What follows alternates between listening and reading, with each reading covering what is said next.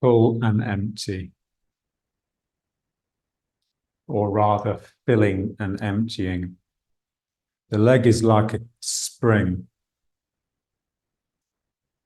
As one fills up, the other one expands and empties. One is being compressed, and this one expands. This is what we want to feel. They're always doing opposite things when I'm moving, unless I'm bouncing around like a kangaroo. This is compressing. I want to feel the leg that's emptying, opening, expanding, like a flow of energy is just washing out of it, making it grow.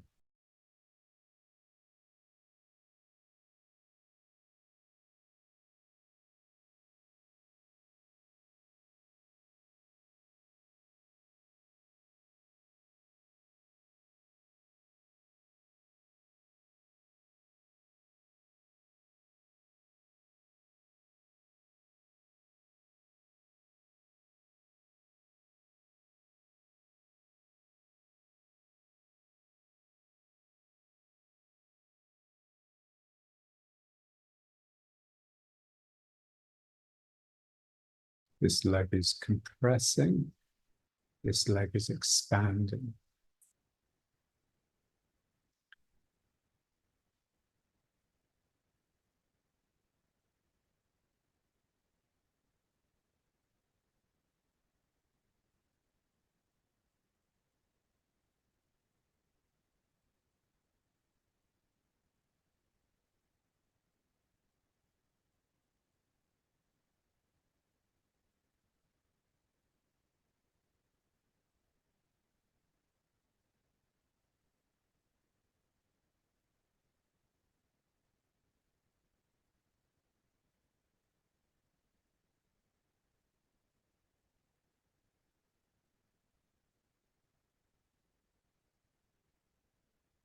So one leg is gathering energy from the ground, and the other leg is letting out the energy that it previously gathered.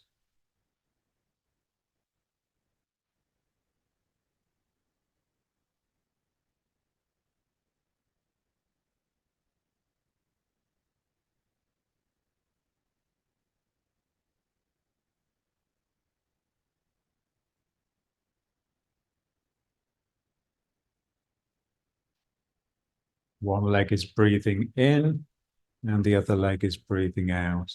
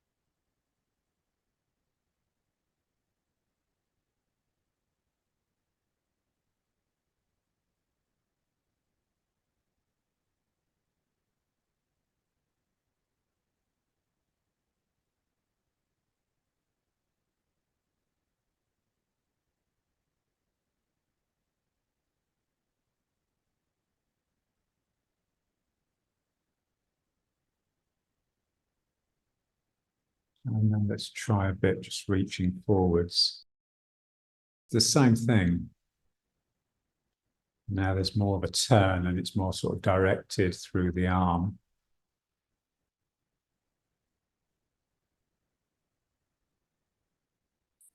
One side of my body is gathering the energy and the other side is letting some out. So cross energy. It's all cross energy Tai Chi.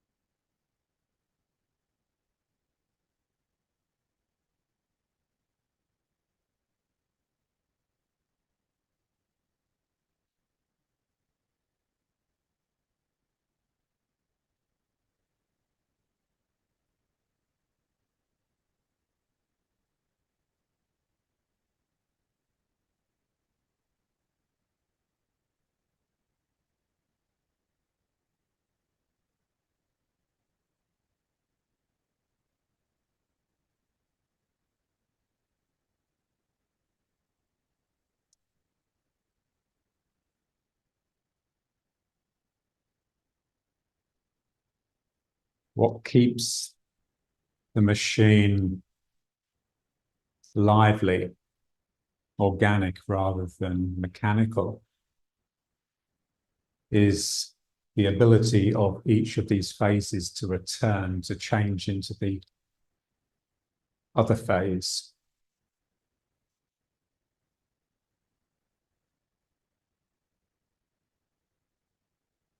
So as this leg loads, gets to a point where it can't load anymore. So all it can do is unload, because the only thing that's constant is the movement. It has to continue moving. So it's filling, it can't fill more, it has to empty. But you can feel that when that's the filling foot, the change is sort of slow. It's like it grinds to a halt almost, and then it has to change direction. So we tend to focus on the other arm. So one arm is emptying, emptying, emptying, emptying, emptying, and then it can't empty anymore because everything's left, and so it returns.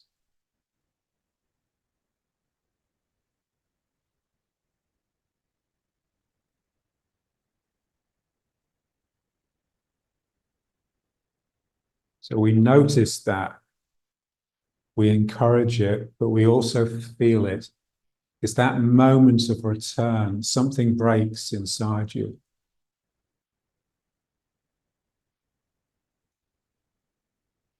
And that's what we want to feel.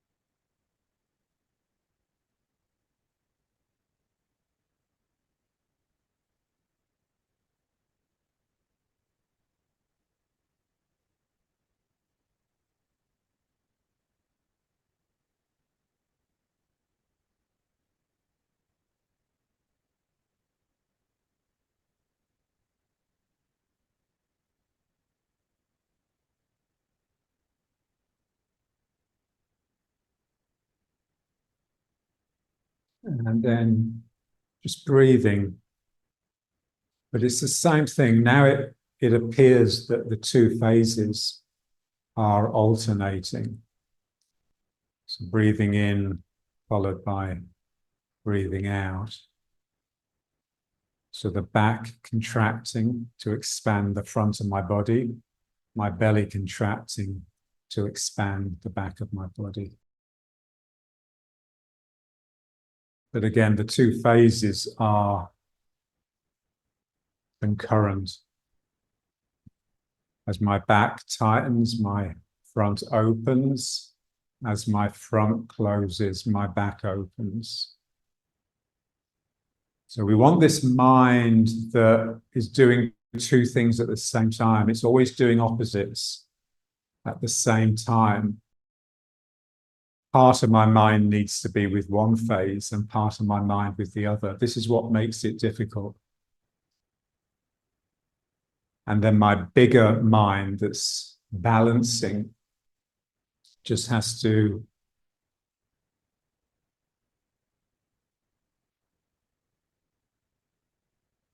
maintain homeostasis.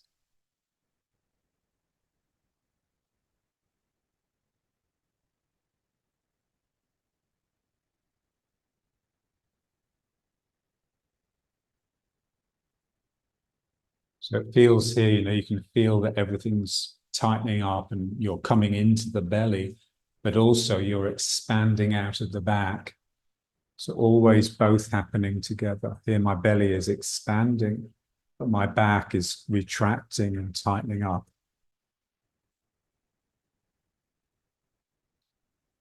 Just trying to give equal weight to each phase. So I don't have a mind that prefers one to the other. I mean, you can concentrate on one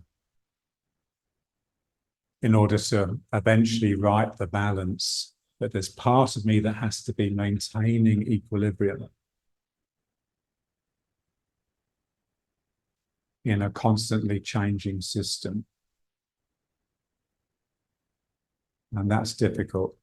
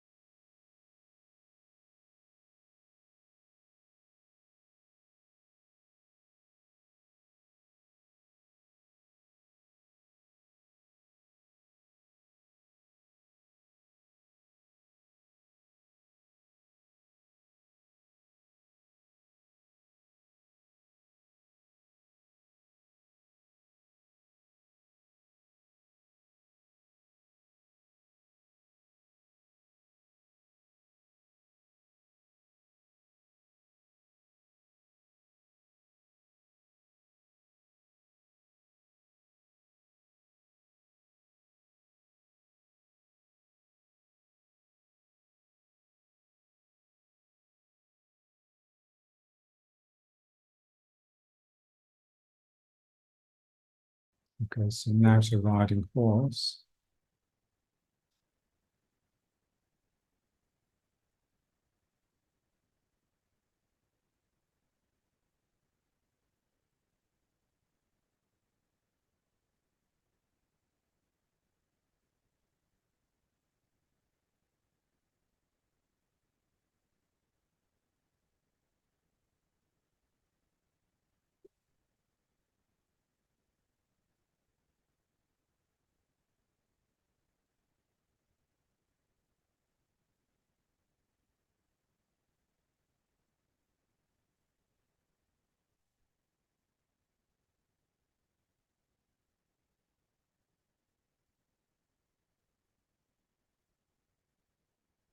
And now let's try turning with it. So straightening the leg and bending the leg.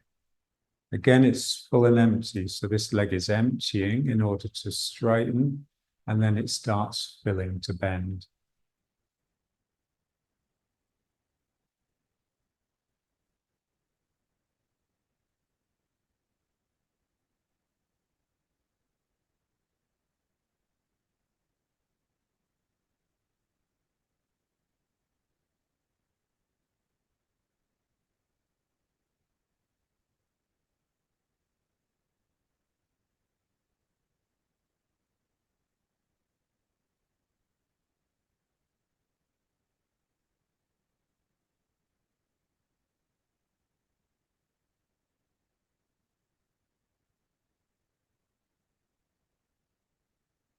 So when the leg straightens, that's my breathing in phase, if you like, from my upper body. So my back tightening. And then as the leg pulls back, that's the belly tightening. So my quad, the muscle that's responsible for straightening my leg, knits into my lower back, and my hamstring knits into the belly. So they sort of flip over at the waist.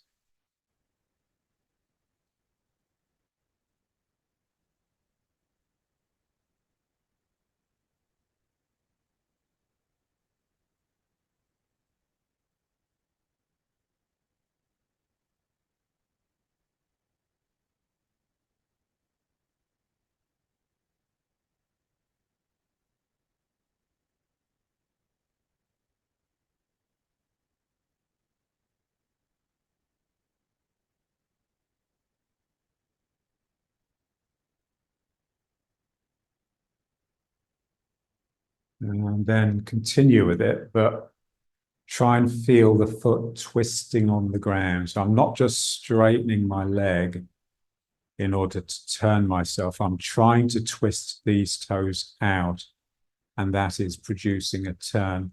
So it's like I'm wringing out the leg. So the foot is trying to twist this way, clockwise, and that is driving this hip round anti-clockwise. So my leg is being twisted up, and then it just unwinds. So here I have to twist it. It's difficult. Twist. And again, I want to feel how that makes me feel. So when I twist it, it's like something is squeezed up the leg into the upper body. It sort of coils up you. So here something is coming up from the ground, and then this pulls it back down again.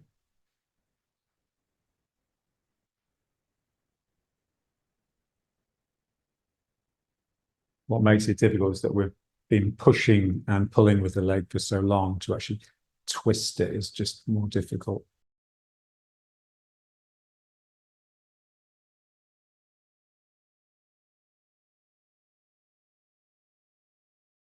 It's a bit like squeezing the tube of toothpaste, but you're squeezing it not like this, but with like a coil that's wrapped around it.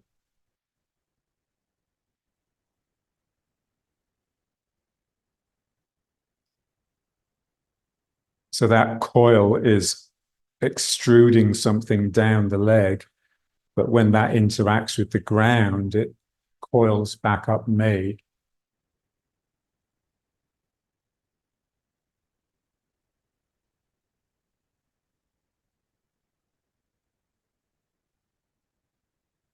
So it's easy to feel that sense of coiling, because we're used to it when we're doing the figures of eights, this feeling that it's all getting inside like a snake, wrapping around your limbs and your spine.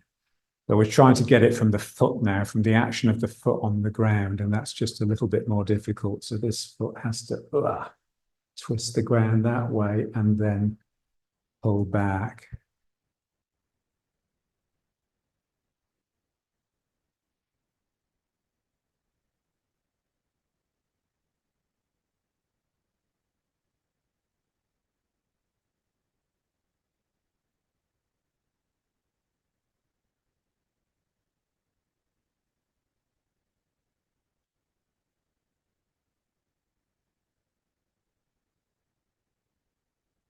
I'm really working the foot on the ground, which means my sinking has to be really strict. Otherwise, it's all going to push me up away from the ground.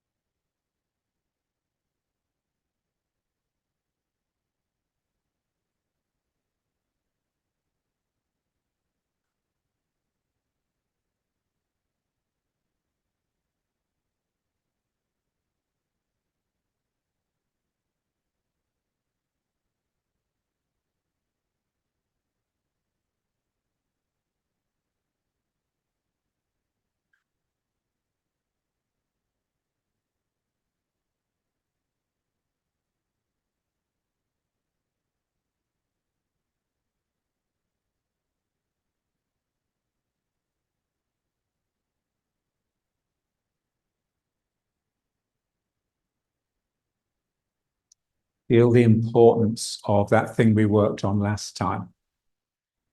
The feeling that the bottom of the spine is open. So when I twist the foot this way, it's not just the leg, something from the spine is coming out and down the leg, like the tail, like a big tail reaches down my leg and joins with the leg. It sort of becomes the same thing. So at this point here, my spine is just, my leg here isn't just an extension of my spine.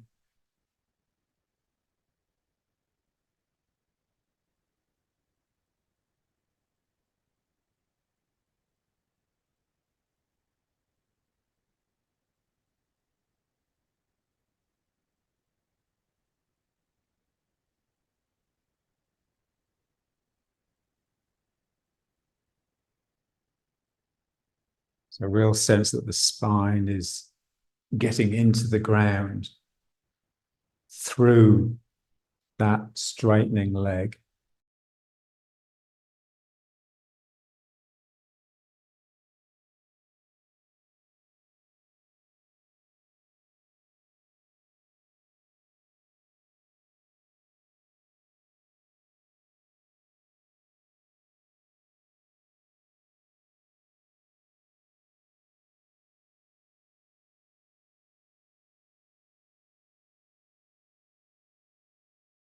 And now let's just try some of the figure of eight, because it should really be the same thing, this. Trying to get it into the legs and into that twisting of the feet on the ground.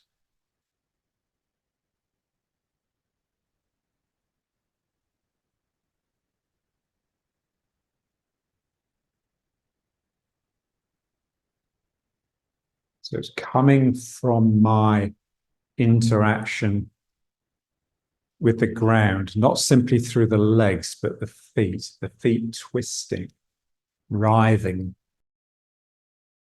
on the ground.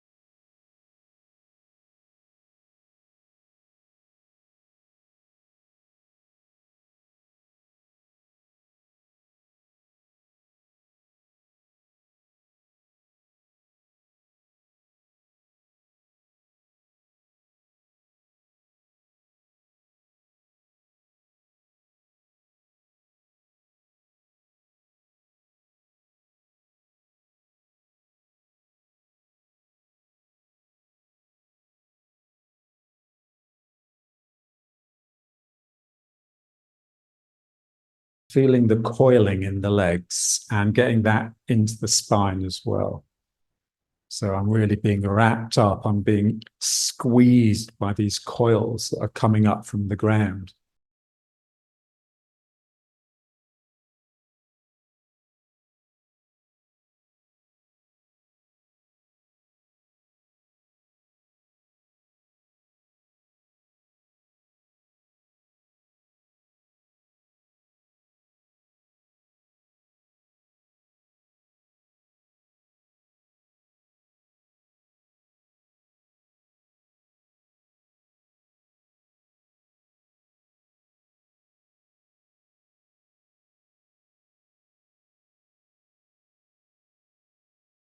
Okay.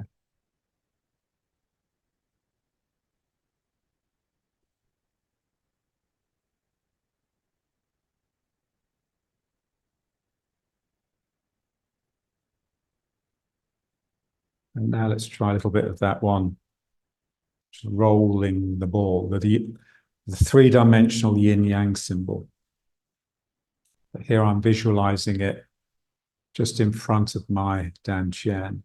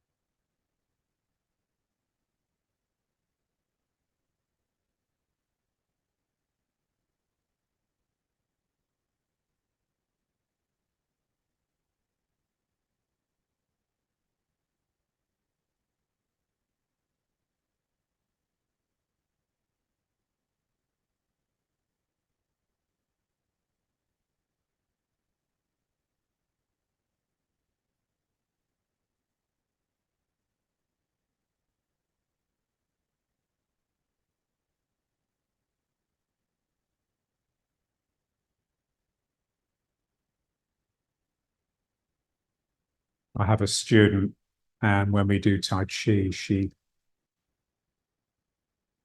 wears this T-shirt that has a big yin-yang symbol on the front. But what the yin-yang symbol is two cats, a black and a white cat, sort of curled up in sleep. So that's the feeling. The feeling is that there's the yin and the yang are like these two animals that are sort of coiling around each other and interacting. Two different energies.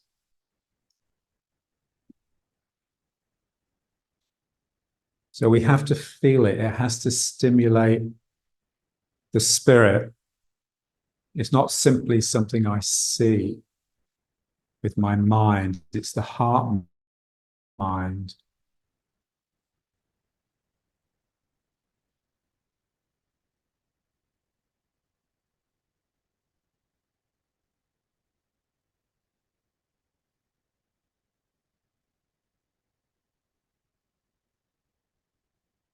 There's these two animals, but really those two animals are just the two sides of your body.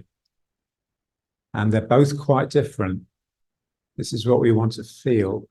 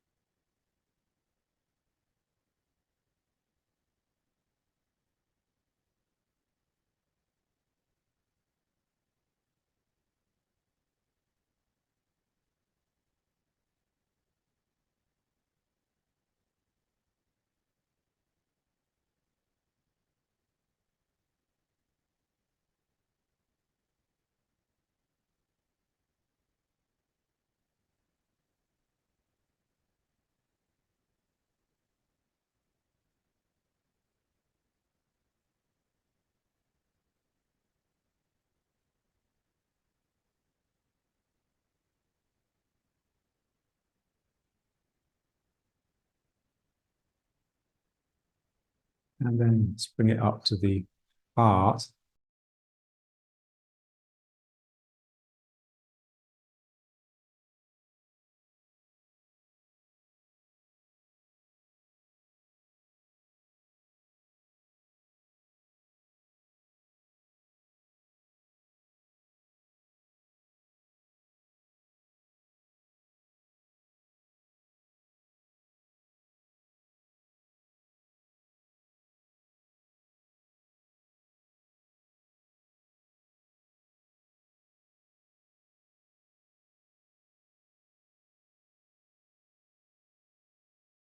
What brings it alive is its three-dimensionality. It's not just a flat yin-yang symbol on a page, on the plane. It's sort of rolling in all dimensions. The center stays relatively still.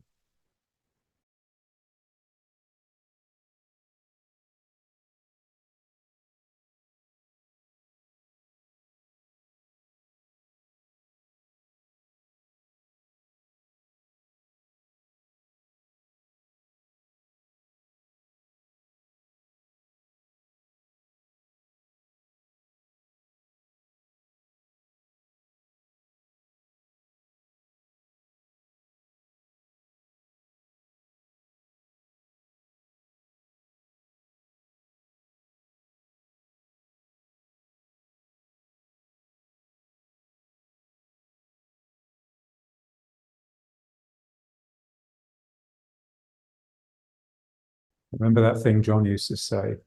You say, I don't care how good your Tai Chi is. What I want it to be is perfect. And by that, he meant inspired, possessed by spirit. It doesn't matter whether you're getting everything right or whether it's technically correct. What matters is that it's coming from the right place. The movements are being generated by the excitement of your spirit.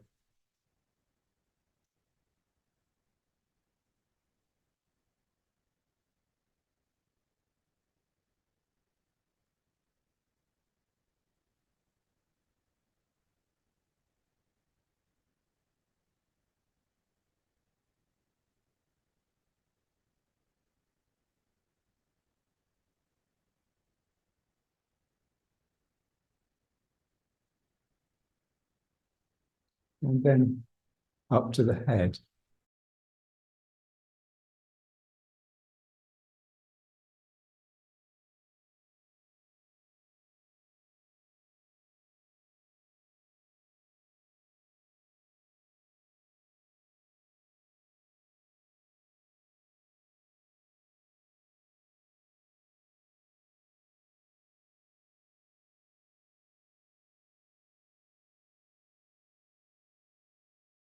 Try and feel the limbs that are associated with this point. So for the Dan Chen, the lower Dan Chen is the legs, obviously, and for the heart, it's the arms. So what's the equivalent here? There's a sense that it's the jaw. There's a sort of rolling in the jaw that helps this become a physicality rather than just an image that you're seeing.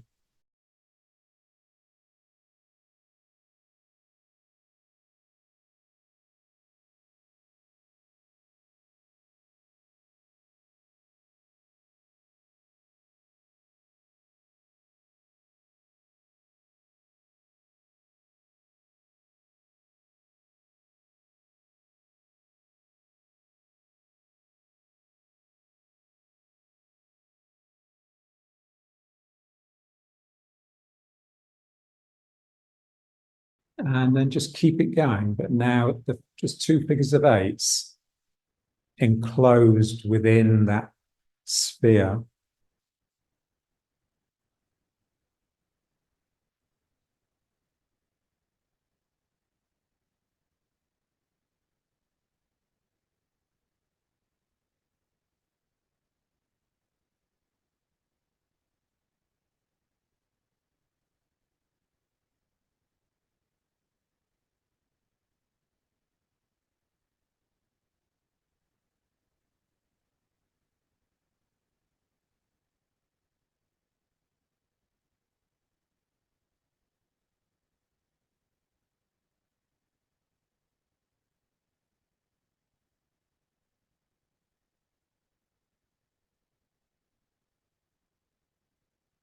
Try and keep the tongue on the roof of the mouth, pushing up into the hypothalamus.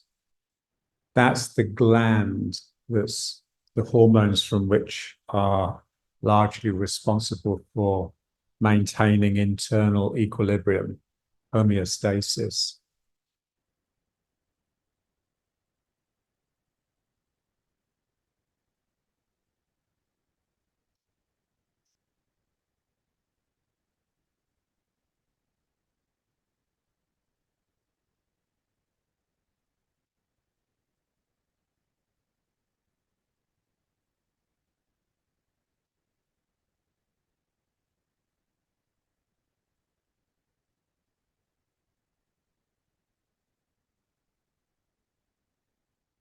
And then down into the heart. Again, figurating.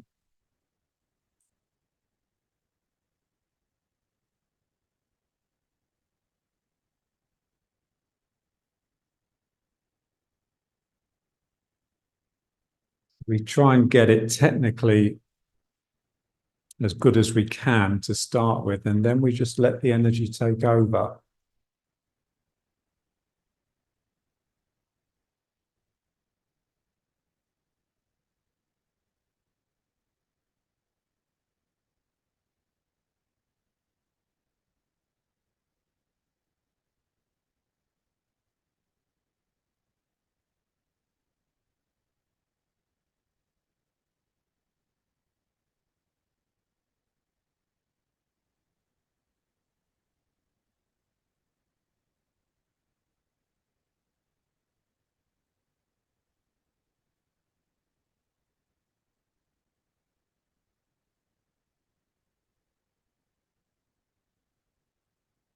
And then down to the belly.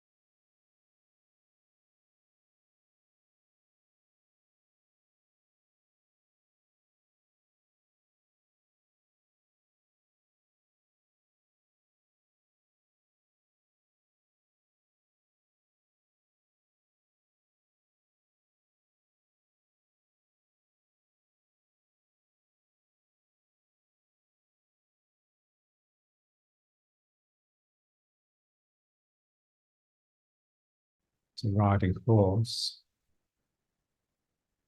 And just feeling those three activated centers. They're all sort of doing the same thing, but they all feel very different from each other.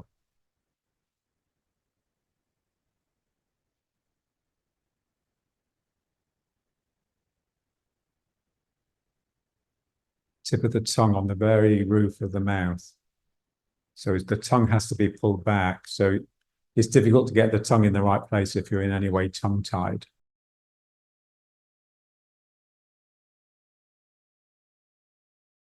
And then we just want to feel the part of the brain that's in front of that point and the part of the brain that's behind it. So when I'm meditating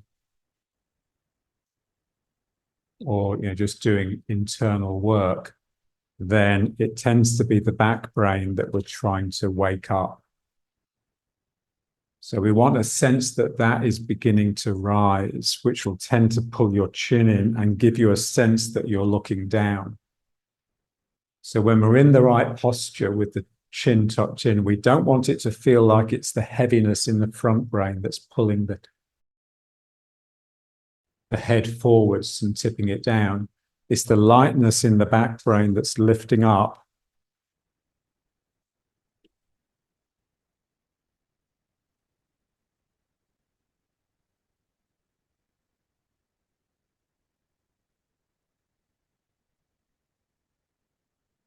So ward off.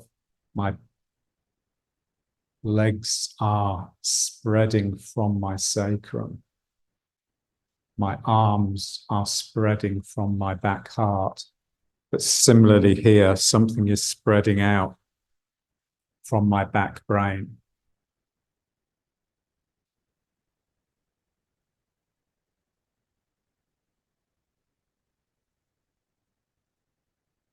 It's what John used to call the wings. So we have the wings for the arms, the wings for the legs, but also the wings here. So he also used to call it the cowl, C-O-W-L, like the monk's hood that you can sort of retreat into.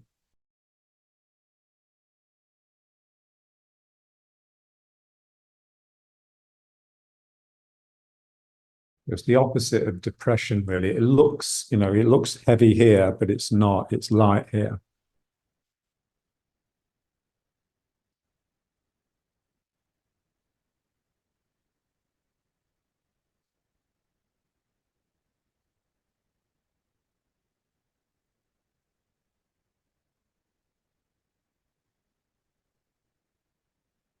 And now let's move just from side to side again, feeling that filling and emptying. this leg is filling, the spring is compressing, and this leg is emptying.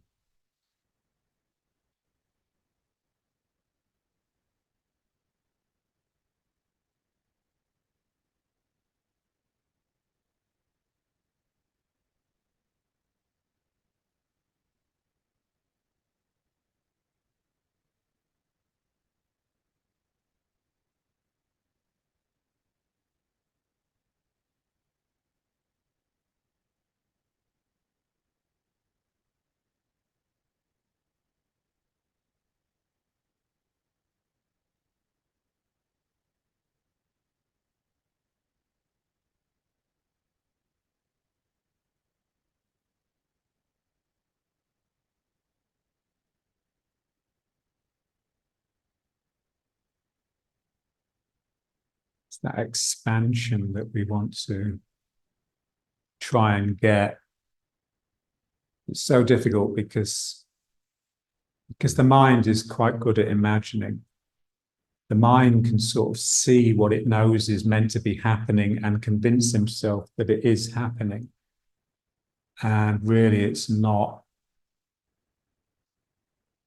So it's not enough just to see it. We have to really feel it as a reality.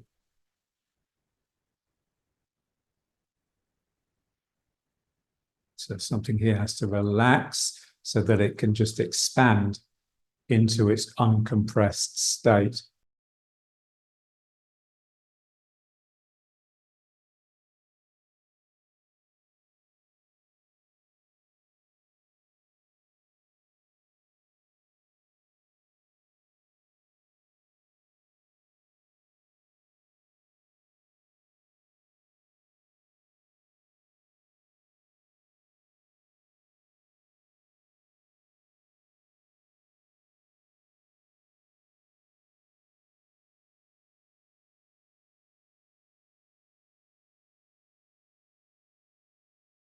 And when you get it, it should just feel easy. It feels easy because it's coming from the heart. It's no longer something that your mind is seeing or imposing. It's just the natural functioning of a relaxed body that's infused with a cheerful spirit.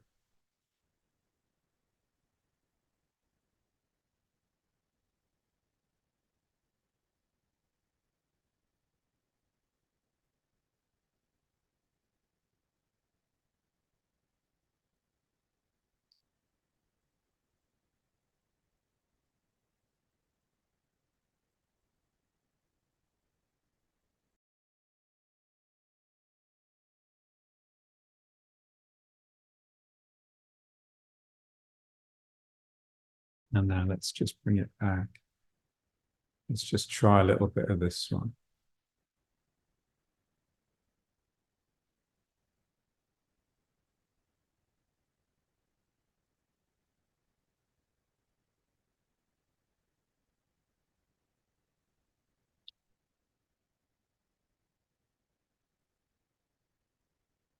The sense that everything inside you is moving.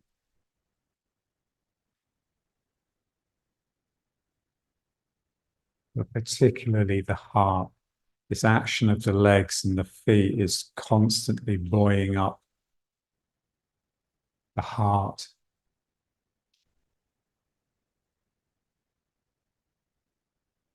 And then you can bring that up into the head one as well.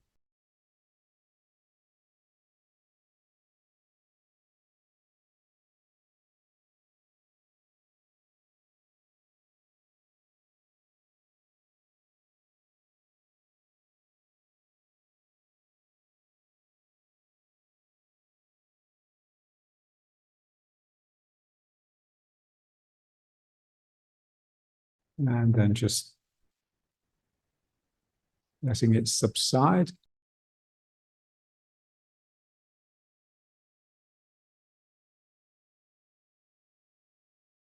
It's subsided, but it hasn't got heavy. It's still light. There's still that potential for movement. It hasn't set and become solid.